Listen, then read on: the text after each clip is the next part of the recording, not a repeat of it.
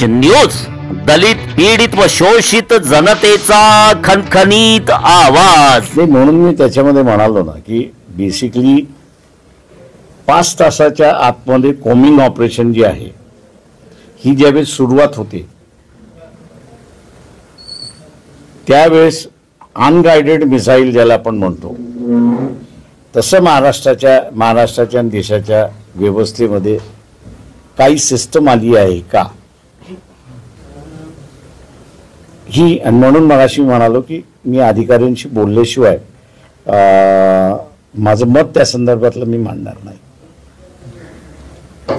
असं वाटतं की पहिल्यांदा ज्यावेळेस असतात हे म्हणजे स्पॉन्टेनियसली दंगल झाली असती तर मी समजू शकलो असतो की बा ती स्पॉन्टेनियस दंगल होती आणि त्या ह्याच्यामध्ये होती, पण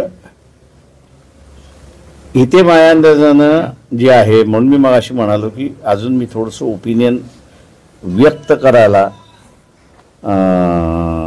हेजिटेंट आहे।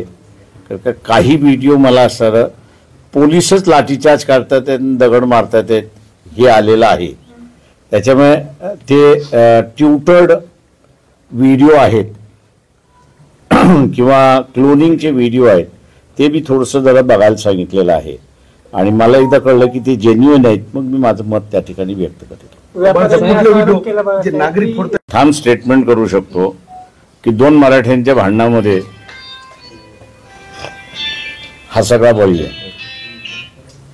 कोणते 2 मराठे? थांब, ते योग्य वेळेस नाव सांगितलं